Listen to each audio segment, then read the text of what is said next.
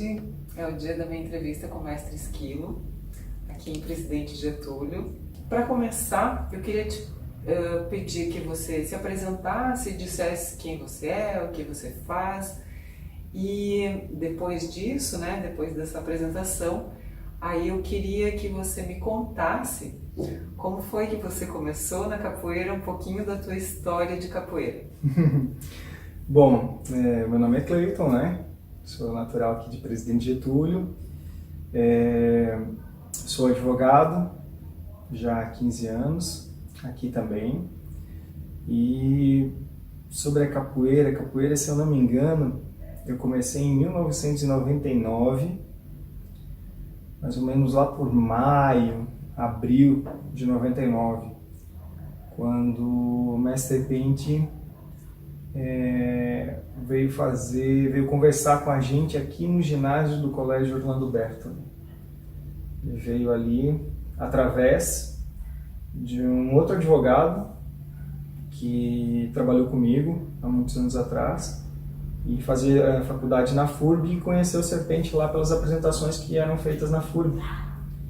Então, como tinha amigos dele lá que faziam, foi conhecendo, porque não vem a Presidente Getúlio, e então ele reuniu uma galera aqui num sábado à tarde, o Mestre Serpente veio para cá. E daí foi então, vamos lá conhecer, e aqui em Presidente Getúlio, em 1999, imagina, nem lembro se tinha celular naquela época aqui, né? E aí, falar de capoeira para os alemães, para os italianos aqui, ninguém imaginava o que se tratava, como é que era, né? Não havia filmes para assistir a respeito disso, né? Internet muito menos. Então o pessoal aqui conhecia Karatê, conhecia Kung Fu, mais por ser fã assim de Bruce Lee, né? Sim. Clássico do Bruce Lee, né? E aí vamos conhecer essa tal de capoeira. E aí conhecemos e estamos aí. Até hoje. É bem engraçado porque Presidente Getúlio é uma cidade pequena e realmente, né, não era uma coisa que tinha aqui. E assim, o que chamou a atenção, tu começou a fazer capoeira, né, conheceu a capoeira mais de perto naquela ocasião, mas assim, o que foi que fez com que você gostasse de capoeira, com que você passasse todos esses anos fazendo capoeira, e o que foi que fez com que você se tornasse um mestre de capoeira, porque afinal não é só alguém que fez capoeira como uma atividade, né, como uma luta, a tua história de capoeira tem um vínculo maior. Se não tivesse, você não teria se tornado mestre de capoeira, né? Uhum. Então, o que a capoeira trouxe? Qual foi assim? Qual é a questão da capoeira para que você tivesse continuado tanto tempo na capoeira? O que te pegou da capoeira? Assim? Essa é uma boa pergunta. Bom, eu acho que foi um mistério. E eu ainda não descobri o que é esse mistério. Então, enquanto que eu não descobri, provavelmente eu não vou parar, né? A capoeira tem esse charme de você poder misturar tudo ao mesmo tempo e de você ter o momento da paz, ter o momento da guerra, ter o momento da brincadeira, ter o momento sério. Isso tudo é muito sutil, as transformações que ocorrem dentro do jogo da capoeira, né? E se você não decidir ser um capoeirista, você não entende esses momentos. Isso fica muito vago na cabeça de quem olha, né?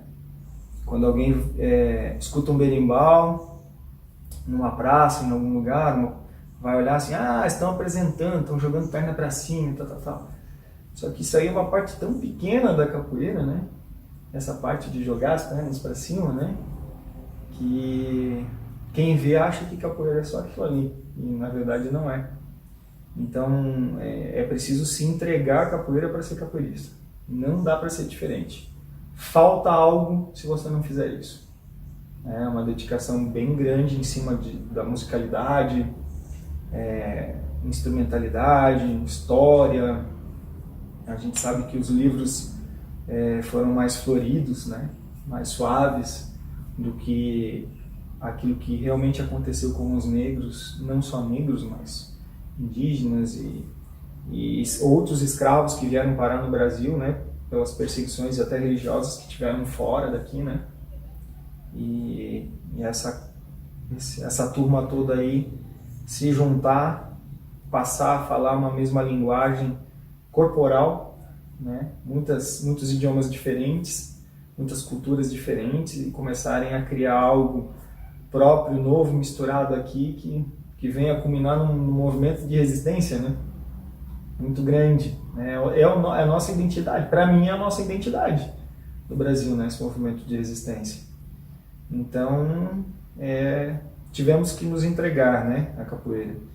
E se tornar um mestre de capoeira, essa é uma parte difícil, porque quem conhece o meu mestre sabe o quanto ele é exigente a respeito de coisas específicas dentro da capoeira, né?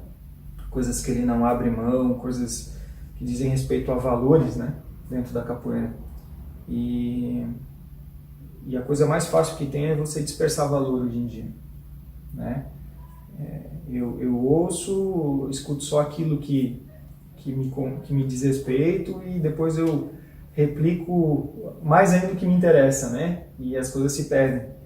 Então, o meu mestre, minha serpente, ele sempre foi muito sério em relação a algumas coisas. E ainda que tivesse que abrir mão de outras para não perder o valor, para não perder a essência, ele sempre se manteve firme ali. E esse processo de entender essa situação, essa condição, a condição do povo nordestino, a condição do povo baiano, da capoeira baiana, né? Da vivência dele aqui, num estado que não é natural para ele, né? De toda a adaptação, da forma de conversar e entender a capoeira. A capoeira a gente não consegue aprender do dia para a noite. E quanto mais tu vai aprendendo, mais dificuldade tu vai tendo, mais tu descobre que tu precisa cruzar novas encruzilhadas, caminhar por novos caminhos para cada vez ter mais conhecimento. Cada vez que tu acha que aprendeu tudo, surge um movimento novo. É um negócio infinito. Como eu falei, é um mistério que parece não ter fim, né? A gente vai vivendo e vai experimentando ela. Tu falou várias coisas agora que eu vou ter que retomar essas tuas várias coisas, que também para mim são bastante significativas. E eu vou relacionar elas e vou tentar pedir para que você me fale um pouquinho mais. Uma das coisas que você traz é um pouco da questão dessa história, tanto da capoeira quanto da história da escravidão no Brasil, quanto dessa condição, dessa referência que a capoeira traz para nós enquanto identidade também, né?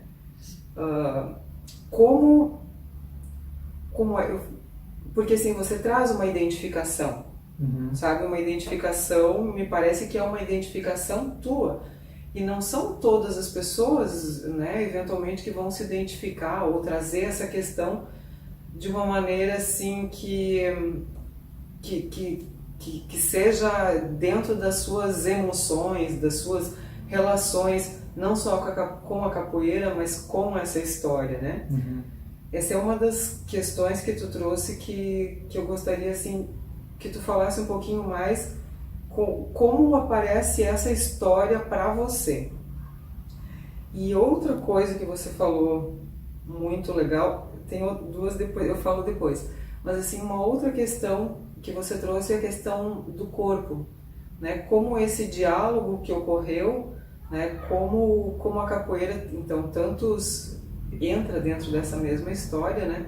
De tantos povos diferentes que vieram de lugares diferentes, e como eles conseguem de alguma forma se relacionar, se congregar e ter uma linguagem que é uma linguagem corporal, né? Eu queria assim que você falasse um pouquinho mais do teu ponto de vista da questão das emoções, talvez, sabe? Buscar um pouco mais isso, porque para mim também são coisas bem significativas na capoeira, né? Não, são. E essa parte de emoções aí, nossa, Imagina que você consegue sentir tudo que há no mundo, né? Tanto de alegria, dor, companheirismo, cumplicidade, individualidade, obediência às regras, a quebra das regras. Você consegue vivenciar isso ali em pouco tempo. Dentro de uma roda de capoeira você consegue vivenciar isso aí tudo, né? Depende muito de quem está ali, de como está ali, qual é o estado de ânimo das pessoas que estão ali, o que estão buscando naquele momento, né? Então, quando eu falo mistério é isso, porque por mais que você tenha uma proposta, por exemplo, de roda, de jogo, de capoeira, você não sabe o que vai acontecer. Não sabe. Você vai ter que deixar desenrolar, né? E aí eu venho muito dessas questões de valores, né? Os capoeiristas hoje não prestam atenção na música de capoeira, né? A música, quando ela começa, a roda quando ela começa, que venha contar uma história, que venha passar uma informação, uma ladainha, uma saudação, você não joga aquela mensagem, você ouve ela, né? E depois há os cantos próprios para você jogar capoeira, e o berimbau vai te dando o ritmo, né? E é importante para que, quando você deixa o seu corpo entrar em harmonia com a musicalidade, com a cantoria, a última coisa que você vai pensar é em agredir, é em ser violento, porque você está em sintonia com o meio. As coisas acontecem numa levada mágica, quase transcendental, assim, né? Um estado de transe ali que faz você fluir, que o seu corpo quer mexer, é uma coisa que te leva, né? Que é gostosa. E quando acaba você quer mais, você sente vontade do mais, você não quer parar, né? Então eu acho que a capoeira, em relação a todas as outras coisas, para mim é a que me permite esse estado, né, de elevação, né? Então, quando eu começo a aprender capoeira, eu vejo que o capoeirista ele tem uma postura em relação ao mundo, né? Primeiro, que é de não aceitar as amarras que todo mundo tenta te impor, né? Ou seja, modismo para o capoeirista pouco importa, né? Ele tem uma personalidade, ele tem gostos e ele quer que seja respeitado isso, né? Aquela época que se lutava por liberdade, que se matava por liberdade, ela acabou, mas a gente vê ainda algumas pessoas com determinados pensamentos muito fixos ainda no passado, revivendo muito ainda essa questão de luta por liberdade, e esquece que o diálogo do corpo ele não precisa ser belicoso, né? Você não precisa ser traumático para poder conversar ou mostrar algo para alguém, né? Então, às vezes até é difícil de falar assim, explicar bem certinho tudo que você consegue viver ali, o que você extrai daquilo ali. Eu sempre digo que a capoeira me ajudou a ser um advogado melhor, né? Eu passei a me portar, impor e atuar de uma forma um pouco mais firme por ter conhecido a capoeira, né? Não aceitar baixar a cabeça para ser humilhado, né? Mas aceitar ter humildade para aprender quando alguém tem mais para ensinar, né? Essa questão toda da ancestralidade dos cultos africanos sempre colocaram o chefe, o pai, né? Uma hierarquia em que você busca o mais velho para ter o aconselhamento, para ter autorização para as experiências. Eu sempre achei que isso nunca foi ruim, você ter uma referência, né? A gente acaba vendo as outras artes marciais ali, vê trabalhos brilhantes, mas também ao mesmo tempo vê algumas coisas que parece que o respeito pela pessoa mais velha, o respeito pela condição daquele que já viveu mais, ela está se perdendo, né? E dentro da capoeira é muito importante isso. Você começa uma roda com muitos capoeiristas, muitos mestres presentes, contramestres ou mais velhos, primeiro são eles. Depois você tem seu momento, né? E você passa a aplicar isso e ensinar para todas as pessoas que todo mundo tem seu momento, tem sua vez, né? Que tem que ter paciência na vida, que nada é por acaso, né? E a gente vai nessa levada gostosa aí da capoeira, né? Vê que a gente já falou de música, com o instrumento, com a roda, com o que você vive no seu mundo tanto de bom de ruim, né? Dos relacionamentos, das desilusões, você vive isso dentro da roda da capoeira também. Sim. Né? Então é o mistério da capoeira. Dá para, continuando nessa tua ideia, dá para a gente pensar, você já falou um pouco da roda, né, desse momento da roda de capoeira, mas você também trouxe a questão da ancestralidade e a gente vê muitas vezes, até como você falou, né, que as pessoas às vezes não têm mais ou talvez estejam esquecendo um pouquinho mais destas pessoas que são referência, né, que tem um conhecimento a mais, e a capoeira ela tem muito a questão da transmissão oral do conhecimento, né? É um conhecimento de tantos mestres que vieram antes, né? Não só do teu mestre, mas de todos os outros mestres, do que o mestre traz. E eu queria te perguntar em relação ao grupo de capoeira, ao contexto de um grupo de amizades, né? Dessa questão, ao teu relacionamento com o teu mestre e talvez um pouco daí retomando essa questão dos rituais, assim, os rituais na capoeira e essa cultura, que é uma cultura que de certa forma ela traz muito dessa valorização da ancestralidade, até porque ela conta, né, valoriza as histórias, ela é contada, transmitida oralmente, mas, né, esse contexto que me parece às vezes tão diferente do nosso dia a dia, do que é valor fora da capoeira, sabe? Né, você falou muito bem de uma coisa que eu acho muito linda, eu me identifico muito com essa questão da liberdade enquanto você poder ser quem você quer ser, né? Você poder ser aceito do modo que você quer se apresentar, e essa liberdade não prescinde de ter respeito aos outros, né? Não, de maneira alguma. Mas eu queria então que você falasse um pouquinho disso, da questão do grupo, do relacionamento com o mestre e desses rituais da capoeira, dessa cultura, que é uma cultura que retoma uma ancestralidade. Não tem como pegar a capoeira raiz, antes mesmo de ter esse nome capoeira, né? E não pensar que todas essas pessoas que vieram comercializadas para o Brasil como escravos, que a única coisa que sustentou a vida dessas pessoas foi a fé. A fé em algo maior, em algo grande, em algo que acabou revelando a eles que eles teriam uma missão muito grande, né? E em cima da crença nessa missão é que suportaram todas as atrocidades que foram cometidas, né? Então, por mais que muitas vezes, e para muitos hoje, né, se fala até em capoeira gospel já, né? Não sabe separar as coisas. Nós tivemos uma influência muito grande da religião no modo de ser dessas pessoas, né? Então, se a religião é muito forte, significa que ritos e respeito era muito forte, né?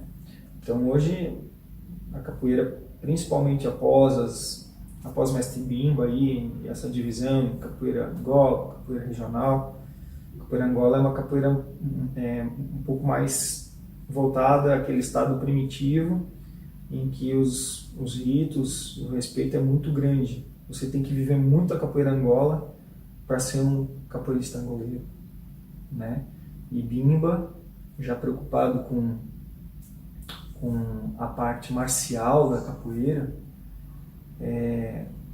já se utilizou de todo um outro conceito, queria que não só os negros praticassem, os brancos também, acabou se desvencilhando de algumas amarras ali para dizer, olha, isso aqui não tem nada a ver com religião, porque se entendia que muitas coisas eram ligadas ao candomblé, E como o candomblé não era explicado, se entendia que o candomblé tinha uma relação com o lado de baixo, né? Então, o que não é cristão, o que não foi, como é que se diz? Que os jesuítas não catolizaram, né? Não, nada presta, né? Sim. Era só em cima daquilo ali. E isso hoje, eu acho que tem prejudicado a capoeira. As pessoas, após a criação de tantas vertentes religiosas, com tantas igrejas que nós temos hoje em nome do Evangelho, né? Se criou de novo uma forma de encabrestar as pessoas, né? De não permitir que elas tenham um conhecimento amplo, de que elas não vejam nada daquilo que a igreja não quer que se veja. E nós estamos começando um outro processo de desvalorização da capoeira, né? Eu acredito que tu vai chegar na parte da capoeira esportiva, né? Mas é uma pena não se entender e não se respeitar a natureza, as nossas condições, né?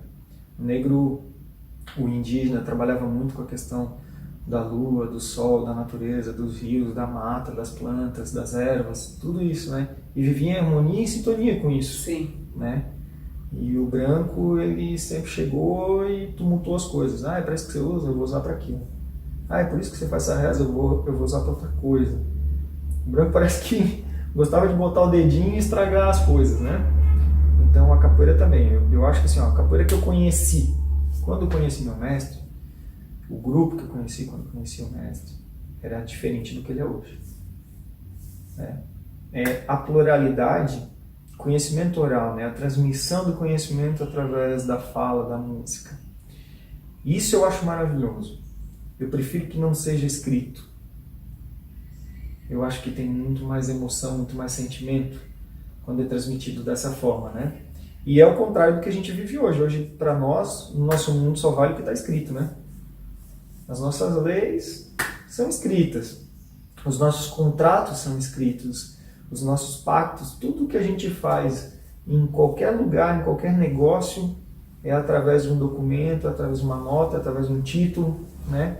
E a capoeira, muito pelo contrário, te livra de tudo isso, né? Para você ser doutor dentro de uma roda de capoeira não precisa de certificados, de diplomas, não precisa de dinheiro, não precisa de carro, não precisa de apartamentos, de sítios, nada. Você simplesmente chega e é um capoeirista, né? E aí coloca todo mundo em sintonia, as coisas acontecem. E aí você vê que, para se entender, pouco se precisa falar. Parece que a fala se torna uma linguagem ultrapassada. É o olhar, é a expressão, o nervosismo, a ansiedade, o medo, a alegria, tudo está estampado no corpo. Basta você aprender a ler os sinais, né? E aí acontece aquela magia toda que é a roda de capoeira, que eu vejo que as outras artes não têm, né? Nós queremos brigar, bater, nós podemos, mas precisa? A grande pergunta que eu faço, que sempre fiz, é isso. Eu preciso fazer isso nesse momento? Aonde eu levo, né? O que eu vou levar para casa daqui? Mais um amigo ou um inimigo? Né? Estou ganhando algo? O que eu vou fazer? Estou disputando um prêmio em dinheiro, uma medalha, para dizer assim, não, eu vou fazer determinada coisa para mostrar que eu sou melhor e daqui a pouco o outro vai sair com uma costela quebrada, uma perna quebrada, né? Uma boca quebrada para casa. Então, a capoeira te dá esses freios. Eu acho que a capoeira te ensina muito a viver. Muito a viver. Quebrou regra, vai ter resposta imediata ali. E ninguém vai intervir. Você não vai pedir socorro. Você vai ter que se virar.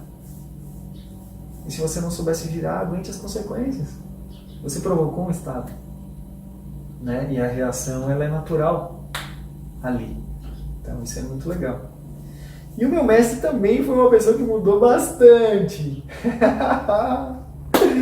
O mestre Serpente que eu conheci lá em 99. Nossa Senhora. Mas também, né? Se eu não me engano, ele tinha 30 e poucos anos quando chegou aqui, né? E hoje são 50 e poucos anos, né?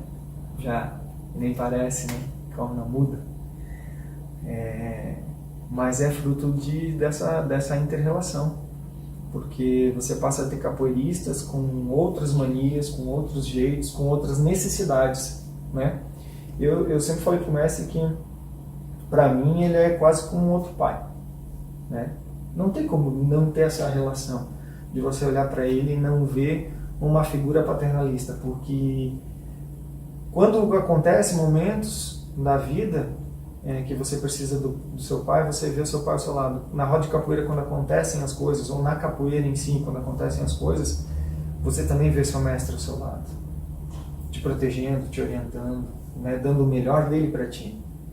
Né? E isso é uma relação muito forte que você acaba criando na figura do mestre. Né? Podia dizer, eu pago para ter aula e faço e está tudo certo. Mas não é assim. A capoeira te exige muito mais. Muito mais. O só pagar e receber é pouco para a capoeira. Né? Eu que pratico há 3 anos e meio também religião de matriz africana, vejo o quanto existe o sentimento de comprometimento com aquilo que você está fazendo. Você respira aquilo lá está na frente das outras coisas. Se vier na mesma onda, tudo certo, se bater contra, vai embora. Né? Mas você não larga, quem é capoeirista não deixa de ser capoeirista. Se você deixar, é porque aconteceu algum momento, alguma coisinha ali na levada que você precisou tomar um rumo, mas assim que possível, o pulsar já do tambor já te chama, a batida do berimbau já te chama, a musicalidade ela já te preenche a alma de novo, ela já te cria um estado de alegria, de euforia, então é diferente. É mágico, para mim é mágico. Né? E o mestre ele tem toda essa levada aí, né? Porque o mestre também é misterioso. O mestre, você está 30 anos do lado dele e ele sempre fala uma coisa nova para ti. Ele sempre vem com algo diferente. E diz, meu Deus, já estou tanto tempo do lado dele, ele ainda tem coisa nova para me falar, ele ainda tem coisa nova para mostrar para gente. E é isso aí, mestre é um paradigma, é uma coisa para ser estudada mesmo, né?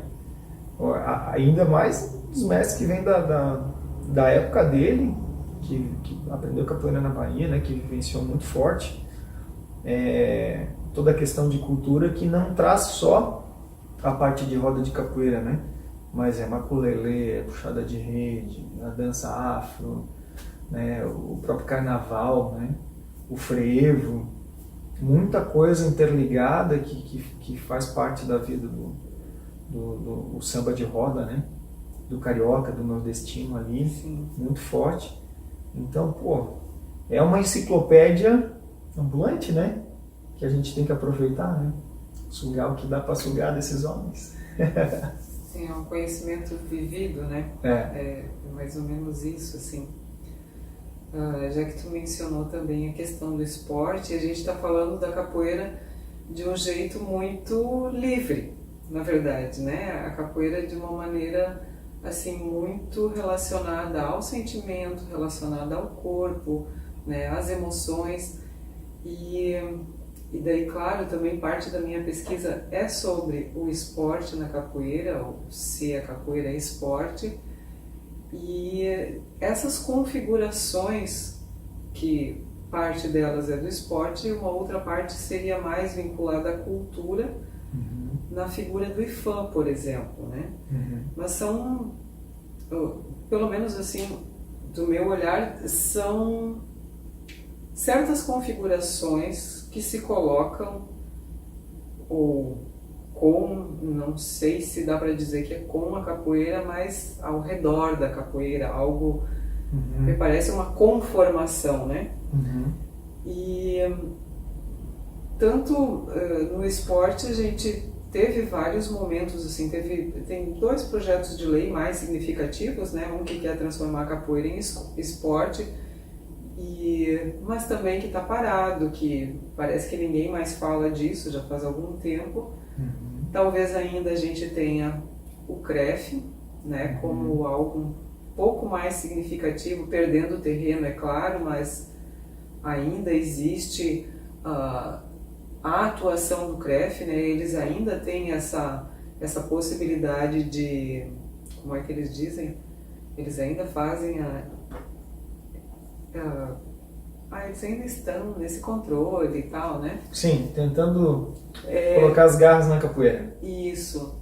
E eu achei bem interessante, fazendo a minha pesquisa, que há alguns anos né? O Conselho Nacional de Esporte declarou um dia lá, declarou assim do nada que a capoeira era esporte, justificando que seria ótimo para os capoeiristas, que eles poderiam depois acessar os recursos do Bolsa Atleta. Como sempre.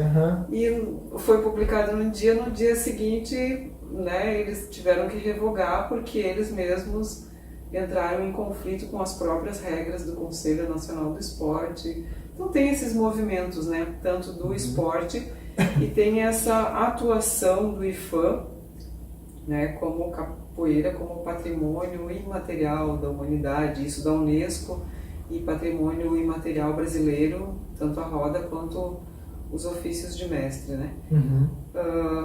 Queria que tu falasse um pouquinho das duas coisas, tanto dessa configuração do esporte, né?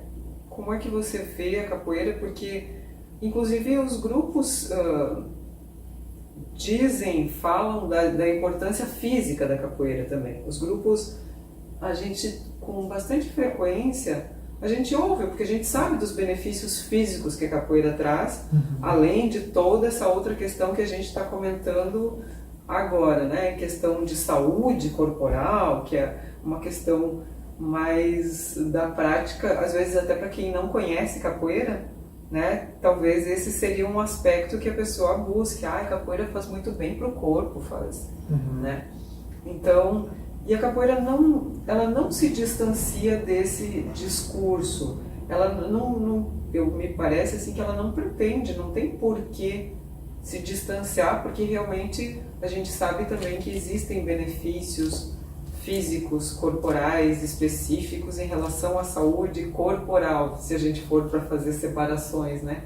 Já que é o mais comum na nossa cultura, né? Uma cultura que está mais baseada nessa diferença entre corpo e mente e tal.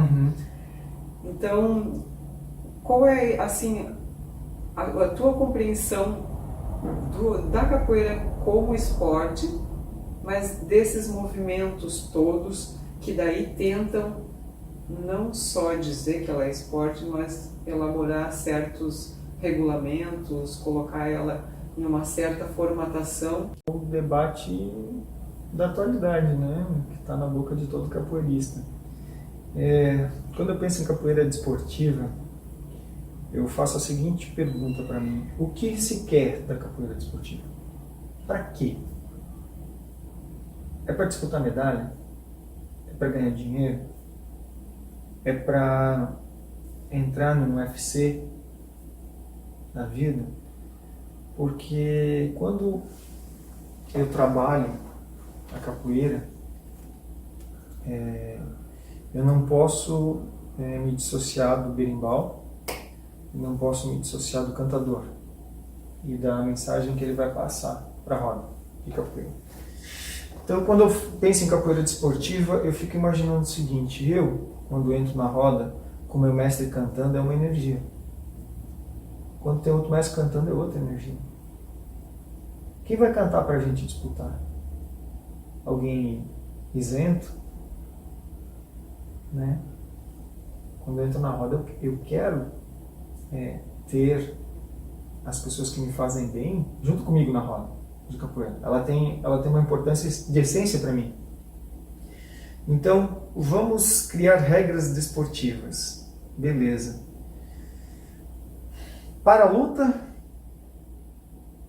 simulada, o que eu quero? Os grupos hoje não estão dizendo o que querem realmente da capoeira desportiva. E aí as regras estão soltas, e aí vira bagunça. Porque fala para você assim: você vai lá, não pode dar cotovelada, não pode fazer isso, e se o golpe for traumático e machucar, você está desqualificado. Mas daí você vai ver lá, campeonato capoeira luta.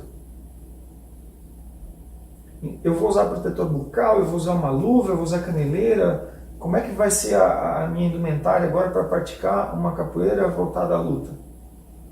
Porque o mestre Bima, numa entrevista que ele deu para um jornal da época, lá em 1946, se eu não me engano, até reforçado isso pelo um dos discípulos dele, se eu não me engano, o mestre Esdras, mestre Damião, acho que é uma coisa assim. Ele fala que o Bimba dizia: não, na hora de contender não tem, ninguém espera pro pandeiro, ninguém espera pro berimbau. Na hora de disputar alguma coisa, é luta para valer, né? Tanto que os treinamentos com berimbau só aconteciam depois da formatura na capoeira regional. Antes disso, você ia gingar e aprender os golpes assim, para ver se o seu corpo se soltava, para ver como é que era. E ele mesmo disse que perdeu muito dinheiro, porque quando ele aceitava os alunos para a academia dele, ele dava um mata-leão no cara, para ver se o cara resistia ou se corria. Senão ele não aceitava, depois ele mudou isso, mas no começo era assim, ele dava um colar de força no cara lá, para ver se o cara era cabra macho, né? Então, o que eu vou fazer com essa capoeira desportiva? O que eu vou fazer com a chamada? Com a volta ao mundo? Com a malandragem? Porque se dentro da musicalidade a luta é gingada, eu não posso perder nem a ginga, nem a mandinga. Eu tenho que trabalhar a expressão corporal. Eu não posso só sair chutando. Não posso sair só dando pontapé, tapão, cotovelada, ajoelhada e nocautear o cara, né? Então eu acho que a grande dificuldade dos grupos está em dizer, ou até dos órgãos que querem ter uma capoeira desportiva para espalhar pelo mundo, não sei, em padronizar, dizer o que pode e o que não pode fazer. Porque a partir do momento que eu vou levar o berimbau, que eu vou ter uma orquestra, quem compõe, quem canta, quem toca, talvez aquelas pessoas que estejam lá não consigam atingir o meu interior com a música, e talvez eu vá jogar nada. Nós vamos botar CD, nós vamos criar uma música padrão para competição, né? Porque capoeira é uma coisa muito grande. Roda de capoeira é uma parte da capoeira, né? Roda de capoeira não é a capoeira. É um momento com pessoas em que eu vou jogar a capoeira. O que é jogar a capoeira? Isso quer dizer, eu tenho a capoeira, eu vou jogar a capoeira. Poxa, eu vou pegar uma coisa e vou aplicar dentro daquele conceito que eu tenho ali, que é uma roda, que não é triângulo, não é quadrado, é uma roda. Eu vou jogar isso ali. O que é o jogar? O que é aplicar o que eu sei, tanto da parte tradicional, da parte cultural, da parte bélica, marcial, dentro de uma roda? Então isso é muito complexo para a gente tentar engaiolar. Eu prefiro que seja livre, né? Que você possa sempre se expressar. Se você tem muito para expressar, expresse muito. Se você tem pouco para expressar, expresse com qualidade. Pouco você tem para expressar, mas expresse da sua forma, né? E quando cria regulamento, começa a limitar, para mim começa a perder a essência. Eu não acho que capoeira foi feito para regulamentar. Se fosse, eu acho que todo capoeirista todo grupo estava escrevendo a cartilha da capoeira do seu grupo. Aqui se aprende metodologicamente na corda verde. Não tem. Isso é do aluno. A corda verde e corda verde. Tem corda verde que parece professor, que vai, que pega tudo, que as coisas fluem, porque ele vive isso na alma dele, né? Então ele às vezes ele tem menos tempo de capoeira que muita gente, mas você vê ele jogando, parece que ele já é muito mais avançado do que todos os outros que estão ali no grupo. E essa liberdade é de cada um. Aí você diz, agora eu vou criar um jogo, um campeonato em que vão poder participar tal e tal. E aí tem um bom capoeirista que não pode participar porque ele não tem graduação para isso. E aí essa questão de graduação é outro problema, porque no Brasil está solto. Vamos seguir a modelo da Federação Brasileira de Capoeira. Vamos seguir o modelo Abadá Capoeira. Vamos seguir Capoeira Gerais, o estilo Muzenza de cores. Né? É tudo tanto assim. No nosso grupo nós temos 11 cordas adultas, tem grupo que tem 20 e poucas. Para que serve essas 20 e poucas graduações? Para amarrar o aluno? Para ter retorno financeiro? Para dizer que o que ele vai aprender com a vida vai ter seu tempo? Que ele não pode aprender mais do que ele acha que ele quer aprender, ou que ele deve aprender, ou que ele pode aprender?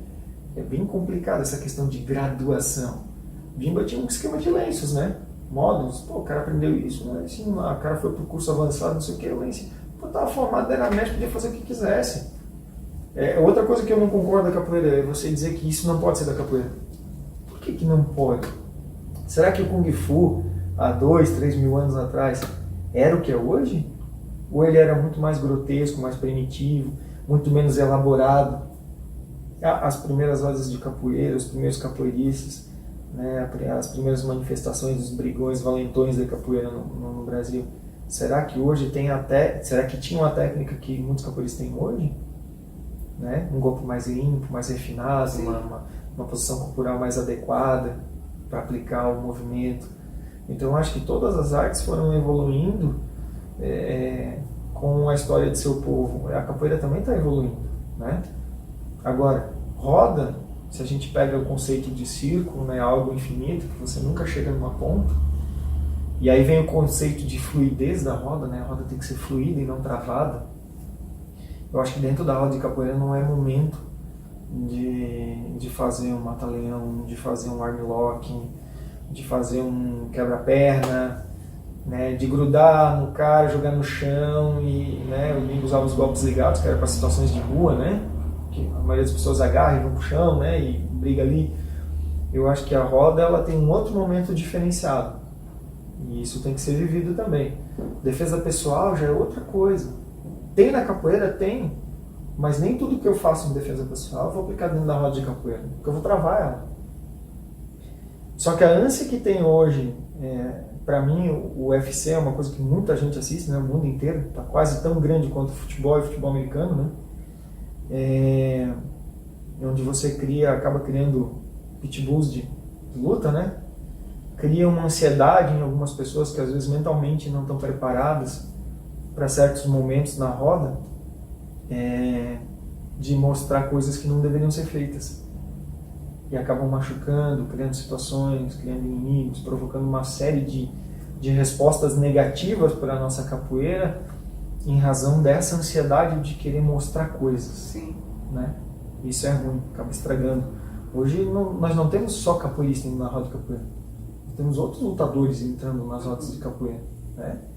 E normalmente quando a gente vê isso, a roda desanda. Você pega uma roda tradicional de capoeira Angola, você vê os caras jogando 3 horas capoeira Angola e você não vê a roda desandar. Ninguém que está ali desobedece o ritmo, a harmonia, a palavra do cantador, a hora. Você pega uma roda de capoeira regional e fala, capoeira regional, capoeira mais rápida, mais viril, mais dura, mais em cima, papapá. Você pega a roda do pessoal tradicionalista da capoeira regional, lá você vê rodas mandingueiras, lentas, trabalhadas, bem jogadas, os movimentos todos bem definidos, ninguém deixa de fazer, todo mundo faz, mas no seu tempo. Né? Então não é aquela coisa de, não, se é regional, tem que pular com os 2 pés no cara. Não acontece isso. Onde eu vejo isso acontecer? Na capoeira contemporânea. Que mistura, pega dali, pega de lá, chega aqui e joga o que sabe. Né? Subir o ritmo, Deus nos acuda, o coração do cara quase sai pela boca, ele não sabe o que vai acontecer. Então o cara que entra na roda não quer mais, ele quer e não quer, porque fica com aquele negócio, meu Deus do céu, o que vai pegar agora, né? Então eu não gosto muito dessa parte de desportivizar a capoeira ainda. Eu preferia que ela continuasse sendo trabalhada assim. Ninguém vai lá no Japão e diz para os japoneses como o karatê tem que ser. Ninguém vai lá, ninguém diz para o chinês como é que o Kung Fu tem que ser, que é milenar. Deus me livre, se você quer aprender aqui, você se submete às regras deles que vêm de lá para cá. E você aplica aqui o que está dito lá. Não muda. Agora, falando em capoeira, parece que todo mundo é dono. Cada um quer fazer do seu jeito. Eu tenho a impressão que a gente tem nós temos várias configurações de capoeira.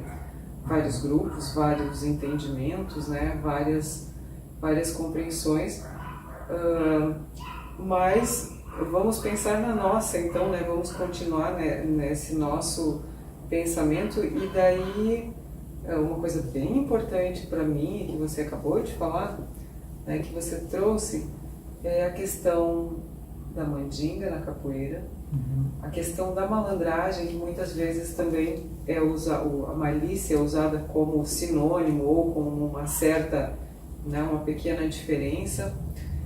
E você trouxe a questão das graduações, Normalmente esse é um diferencial também da capoeira, que apesar das graduações, essa capoeira não desportiva ou a capoeira da roda mesmo, é uma capoeira em que as pessoas jogam tanto o aluno iniciante como o mestre, então esse momento existe diferente de outras artes marciais, digamos, que tem já configurado todo um tipo de competição, que daí entra determinados critérios. Isso é uma questão, e daí eu queria que você falasse um pouco da roda de rua. Assim, junto com a questão, a gente tem uma configuração de roda, mas a roda de rua, talvez aproximando essa questão da malandragem, a questão de uma mandinga, né? Dessa mistura de pessoas que não têm os mesmos conhecimentos, não têm a importância, talvez, né? Como é que fica o mestre nessa situação com o seu grupo, né? Algo assim nesse sentido, sabe? Outro tema interessantíssimo, né? Então, essa questão de roda, né? Formatação de roda.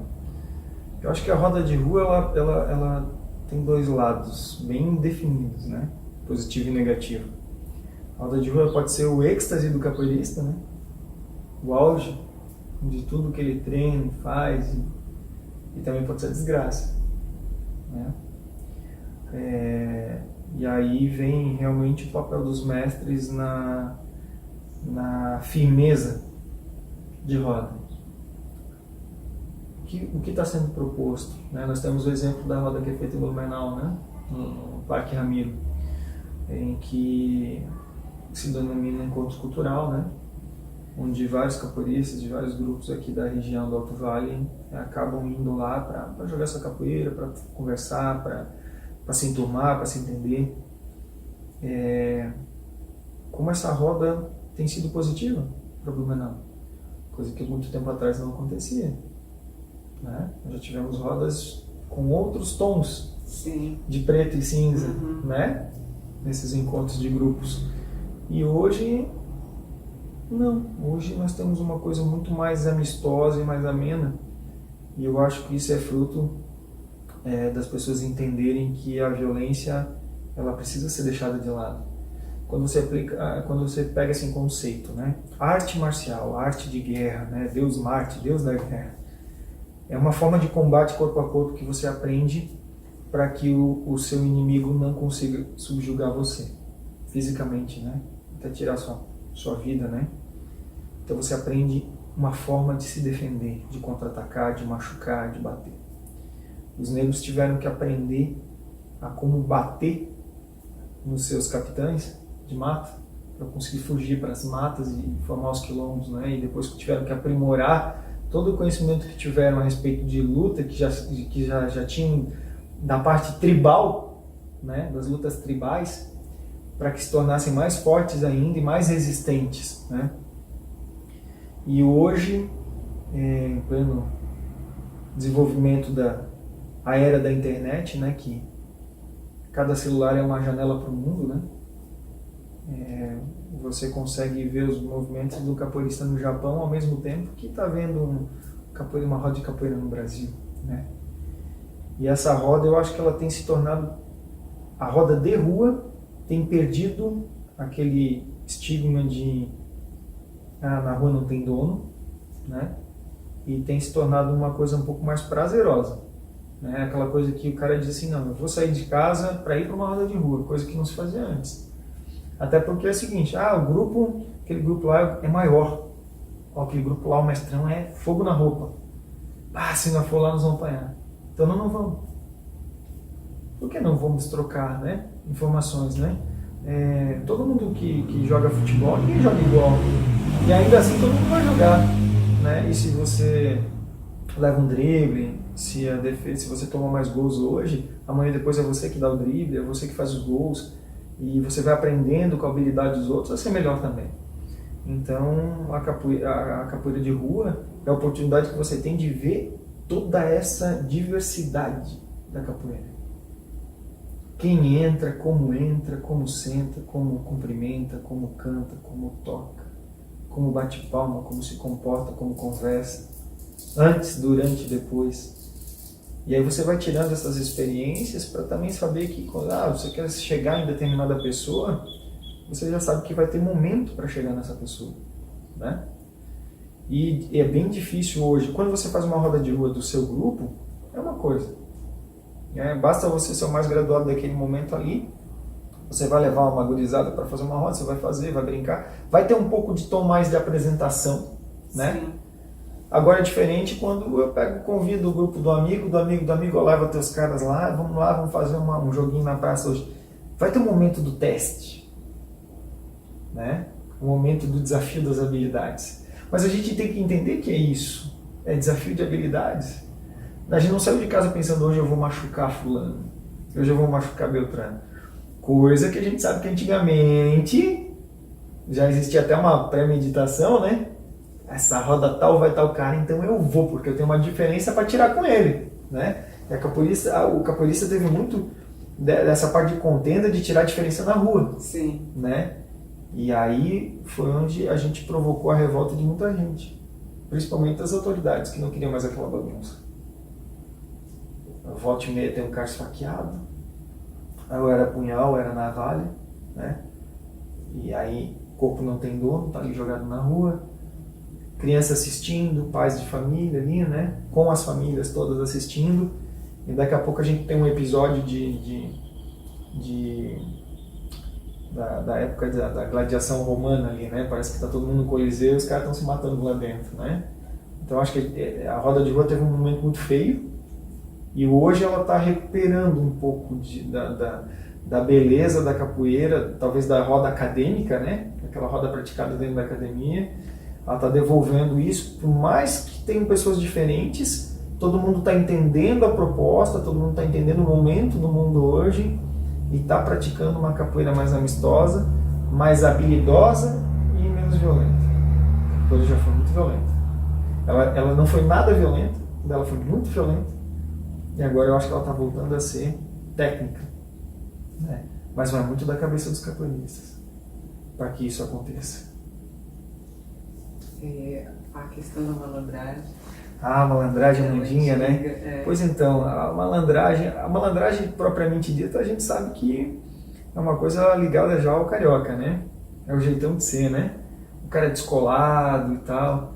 Então, muitas vezes, como a capoeira, né, a gente fala que a luta é gingada, né? Tem a parte teatral, cênica dentro da roda de capoeira. Essa malandragem é justamente aquele artifício utilizado para iludir o outro capoeirista, né? Você imita um passo de samba na roda, você dá uma gingada, um swing para lá e para cá, e quando ele cai, que ele fixa os olhos em você, você dá o bote nele, né? Uma banda, uma vingativa, uma rasteira, um desequilibrante, né? Não precisa nem necessariamente ser um golpe traumático, um martelo, uma chapa, né? O pisão. Mas são as pegadinhas que você tem, né? E a malandragem, o mandingueiro, é uma coisa que anda meio junto, assim, né? Quando fala mandinga, muita gente remete, acha que está falando da feitiçaria ou da magia, né? Mas não tem nada a ver com a feitiçaria ou com a magia. Crença, cada capoeirista tem a sua, né? Cada capoeirista tem a sua. Como ele pede proteção quando ele entra na roda, para quem ele pede, o nome que ele usa, isso é problema particular de cada um, né? Mas a mandinga, quando fala assim, é mandingueiro, você vê o capoeirista expressando atos de fé dentro da roda de capoeira, né? A roda, às vezes, ela se desenrola ali por 5, 10, 15 minutos entre dois capoeiristas, ninguém entra. Tá todo mundo apaixonado com aquele jogo. E aí, dependendo da forma, do gestual, de como, né, olha para o céu, para a terra, o que pede, o que baixa, o que reverencia, como faz essa expressão, aí o cabra diz, aquele capoeira ali é mandingueiro.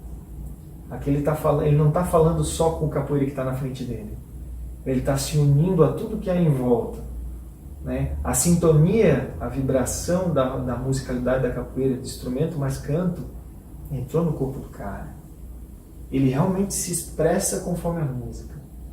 E eu acho que essa expressão de sintonia com a musicalidade da capoeira veio a criar o mandingueiro. Né? Aquele cara todo cheio de jeito. Né? E o malandro é mais malandro mesmo, assim, é mais descolamento, assim, né? O cara é mais cara de pau na roda de capoeira, né? É aquele bem... Pô, tem que ficar com o olho aberto porque dali vem. Né? Abre o olho porque dali vem. Mas é uma coisa muito gostosa, né? Mais um dos mistérios da capoeira, né? Assim, a gente falou de praticamente tudo. Eu acho que se eu olhar aqui as coisas assim, até que eu tinha anotado para conversar contigo, eu acho que a gente falou praticamente de tudo. Mas eu queria, para a gente mais ou menos ir encerrando, eu queria retomar uma coisa que você pincelou um pouquinho no início, dessa questão da capoeira aqui em Santa Catarina, aqui em Presidente Getúlio, em Blumenau. Você falou assim o quanto o mestre mudou também, até porque ele veio da Bahia, e a capoeira se configura de uma maneira um pouquinho, né, se adequa à nossa cultura, à questão desse local específico. E isso, eu gostaria que você falasse um pouquinho assim, essa tua impressão da capoeira, que não é a capoeira que acontece lá, na Bahia, que às vezes a gente também busca referências de uma capoeira na Bahia, e como essa capoeira se configura aqui, né? Qual é essa modificação que você vê do mestre também, né? Porque você também tem a tua percepção de como era, o que se modificou. Eu acho que muito da mudança do mestre em relação à própria forma dele se comunicar com a gente, né? Nós tínhamos uma metodologia de treinamento muito mais física, até um pouco mais dura, menos falada. Hoje a gente já tem muito mais diálogo no treinamento com o nosso mestre, né? Naquele tempo eram ordens, 3 ordens. Aquece, faz isso, alonga no final. E você já sabia o que tinha que fazer em 1 hora. Hoje não. Hoje o mestre chega do seu lado, ajeita o pé, bota aqui, protege ali, segura lá. E eram coisas que eles deixavam antes você aprender caindo. Hoje eles te falam para você não cair. Então, essa necessidade, eu acho que foi uma necessidade, porque o nosso povo daqui é um povo muito desconfiado. Nosso povo aqui, se ele levanta cedo para trabalhar. Mas se você falar para levantar cedo para fazer flexão de braço, nem todo mundo quer. Porque não vai ganhar nada. Mas pelo menos ele não enxerga que financeiramente ele vai ganhar alguma coisa fazendo flexão de braço. Né? Isso foi um episódio engraçado que teve aqui no começo. Que o mestre, a gente pediu para ele fazer uma coisa e falou: vocês fazem 100 flexões de braço, se vocês conseguirem eu faço. Na 30ª estava todo mundo deitado no chão, né? Com os braços inchados já, né? Fadigado e ninguém aguentando. E ele sentadão lá, olhando pra gente assim: ei, vão fazer ou não vão? Tem mais 50 minutos para vocês fazerem. Mas quando chegou lá na 60, ninguém, mas não descia mais braço. Ô mestre, pode fazer na outra aula? Pode, mas na outra aula são 100 de novo. E até que a gente alcançou isso, para ele mostrar aquilo que a gente estava pedindo, isso foi muito engraçado, né? Porque ele desafiou a gente. Ele tirou a gente da nossa zona de conforto, né? Então o povo daqui não era acostumado a fazer força para se treinar. Porque a arte marcial, querendo ou não, não é uma coisa para muitos. Ou você se identifica, ou você não se identifica. E era muito mais fácil jogar um futebol, um vôleizinho, né, de areia. Alguém que na casa tivesse uma tabela de basquete, você vai lá jogar um basquete a tarde inteira e você não se mata, tá tudo certo, né? Agora quando você tem que fazer abdominal, fazer flexão, estica a perna, dói. A pessoa começa a sentir dor. Não, pô, será que eu quero sentir dor? Será que eu quero me matar tanto assim? Amanhã eu não consigo nem lavar meu sovaco, que dói toda a musculatura, eu não consigo botar uma camisa porque dói tudo, né? Então o mestre viu que o povo daqui reagia diferente do povo de lá, né? Pra cá, existia muita questão assim, se eu pago tem que ser do meu jeito. E lá, eu acho que era uma questão mais de necessidade de vida. Você se tornar forte para conseguir competir com tudo que há lá. Eu acho que a vida é mais dura lá, né? Então, para você ser diferenciado lá, você tem que suar muito a camisa. Tem que se destacar muito, porque tem muita gente fazendo a mesma coisa lá. Então, uma vez eu perguntei pro mestre até, tá, mestre, mas pô, os melhores capoeiristas estão na Bahia? Ele disse, não, pior que não. Tem capoeirista ruim pra caramba lá. Mais ruim, assim, ó, pé rapado. E tem muito capoeirista bom aqui em Santa Catarina, no Paraná, no Rio Grande do Sul. Eu disse, mas por quê? Ele disse, porque quando a gente vai amadurecendo e vai aprendendo, a gente vê que dá para encurtar caminhos. E aí a gente passa a treinar com qualidade. Todas as coisas que eu fiz no meu aprendizado de capoeira, no meu treinamento, desde os 18 anos até os 30, vocês não precisam fazer. E vocês vão aprender a fazer a mesma coisa que eu fazia. O trato do meu mestre para com a gente era um. E se eu for assim com vocês, talvez fique um. Porque era uma outra linguagem, é uma outra necessidade. Vocês intelectualmente aqui são diferentes, ele diz isso para mim. Então, eu tenho que aprender a conversar com vocês intelectualmente. É diferente lá na Bahia quando o cara fala, vai lá e faz! 200 tapas com a mão no chão, 50 chutes no muro de pedra. Se não chutar, não volta mais aqui. Aqui não. Aqui você vai para uma academia hoje, tem saco de pancada, tem luvinha, tem tudo para ser trabalhado. Então você aprende a fazer as mesmas coisas que a gente fazia com instrumentos diferentes e a gente teve que criar uma metodologia diferente, né? Então eu acho que ali começou as mudanças. Eu conheci um mestre que tinha uma feição mais séria. Chegava a sair do carro aqui, o Corsinha até balançava, assim, né? Ele saía de lado do Corsa, assim, sai certo. Kátia, você vai lá dar aula hoje. Trovão, vai lá, ensine bens pros moleques. E ele ficava livre, né? E hoje você já viu um mestre bem mais risonho, mais brincalhão, né? E assim, eu acho que, claro, eu acho que também tem muito a ver com confiança isso, né? A partir do momento que as pessoas ficaram do lado dele, que mostraram para ele que, né, que podiam confiar, né, que não iriam abandonar, também há um desarme, assim, né? Porque eu acho que ele veio para cá, eu sou sobrevivente, eu tô indo para lá conhecer um mundo novo, então eu sou sobrevivente. E o sobrevivente, ele tá sempre de olho aberto. Ele dizia que o mestre dele fala para ele, ó, você dorme com o olho aberto e com o olho fechado, cara, que é para ninguém dar pulo em você à noite quando tá dormindo, né? Então, quando ele começou a ver que também era diferente, eu acho que ele foi baixando um pouco os escudos, né? Ele foi se enturmando mais, né? Foi permitindo mais. Porque eu lembro dos eventos no começo assim, ó, pô, você chegar para falar com um mestre, contra mestre, tinha que passar na frente de 300. E ainda assim, quando queria chegar, tinha alguém que... Fala aí, o que é? Nossa vez, que graduação tu tem? Corda verde? Não, corda verde é lá. Pô, já tocava gente do meio, né? E hoje não, hoje a gente faz encontros que os mestres brincam mais do que crianças pequenas quando estão juntos, né? E os alunos ficam vendo ali os mestres fazendo, e falando, e brincando, e pegando, e abraçando, e ensinando. Eu acho que a troca hoje, fraternal, está muito grande. Antigamente era mais duro a coisa. Acho que tinha muito mais da postura, assim, né? O mestre está ali, hoje não, hoje estão vendo que, pô, ele é mestre na capoeira, mas na relação social ele é um ser humano. Se eu botar ele no pedestal, eu mesmo estou segregando. Eu estou distanciando ele mais ainda de mim. Ele não é um super-homem, né? Pô, ele é um cara que para estar onde ele está, ele passou muita coisa ruim na vida. Porque não é fácil, o caminho não é de flores, é de espinho.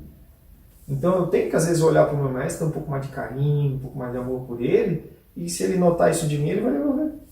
E é isso que eu vejo, né? Então eu acho que Santa Catarina fez bem para ele. Para encerrar, eu gostaria que você falasse o mestre Esquilo, já que a gente começou você se apresentando, você o Cleiton, advogado e tal.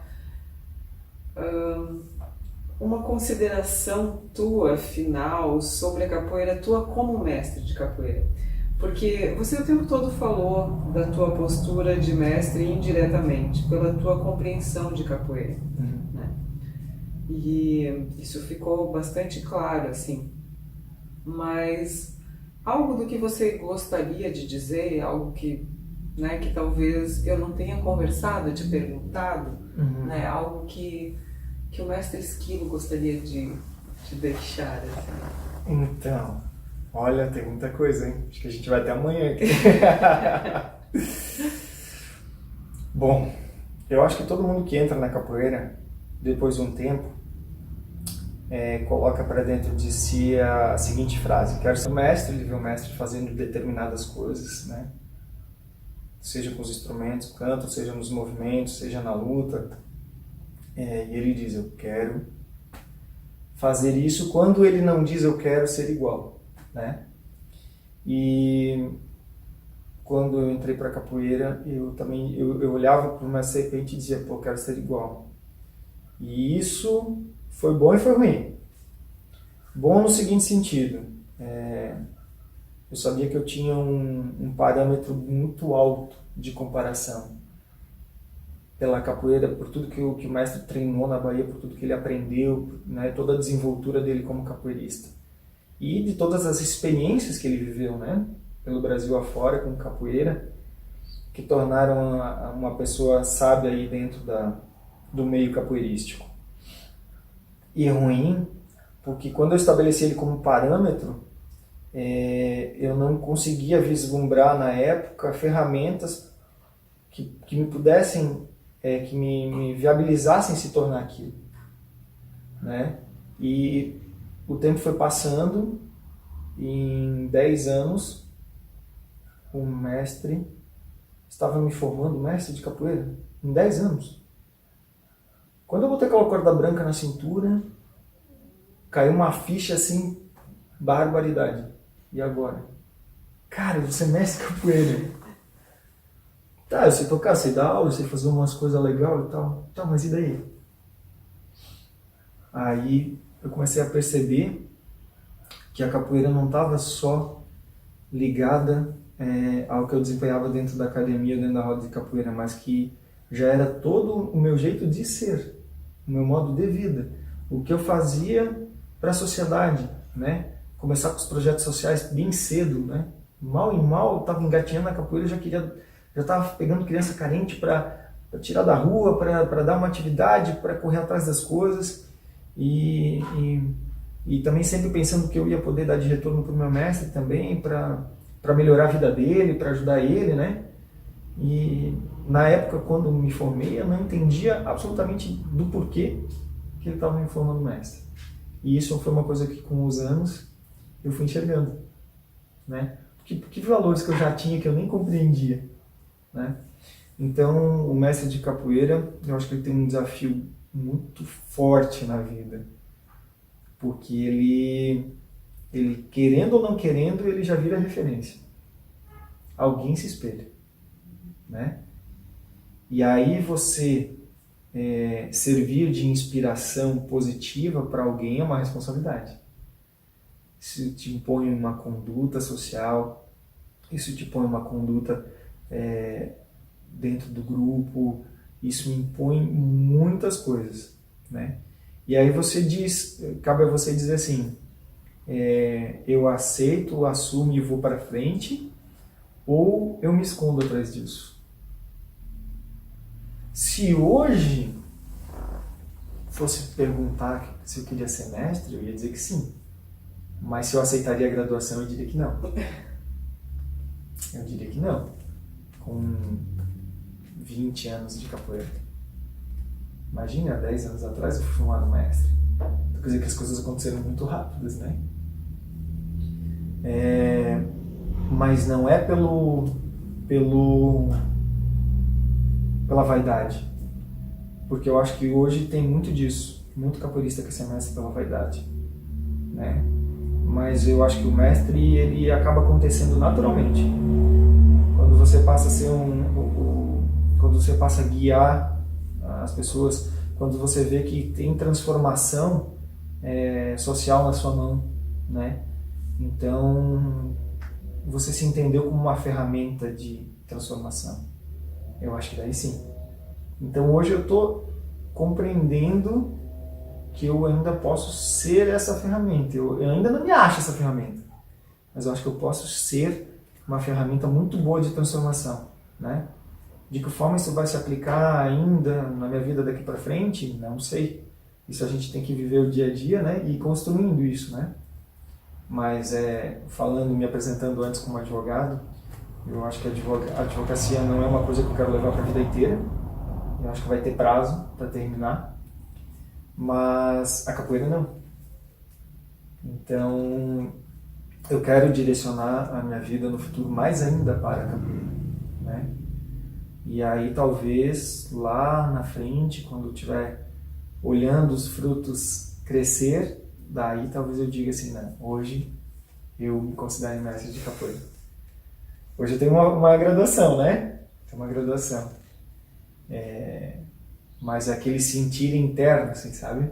É um desafio diário. Nossa, quem sai para dar aula todo dia, assim, ó, tá lá, é criança, é menino, é mulher, é homem, é mais velho, são jeitos diferentes e você, não adianta você querer dar a mesma aula para todo mundo. Dentro da tua cidade, se mudar de bairro, já são aulas diferentes e podem ser a mesma turma, da mesma idade, tudo certinho, mas não faz mal. Ali tem uma região com bastante nordestino, aqui tem uma região com angolano, com haitiano, com não sei o quê. Ali tem uma região de italiano, suíço. Sim. Né? Então eu acho que o mestre tem um desafio assim, enorme na vida dele. Quando eu comecei capoeira aqui, nós éramos em 60 e poucos, sobrou só eu. Não tem mais ninguém da minha época que começou aqui. Quando eu comecei a dar aula, em 2002, de capoeira aqui na cidade, nós éramos em uns quase 60, 70 também.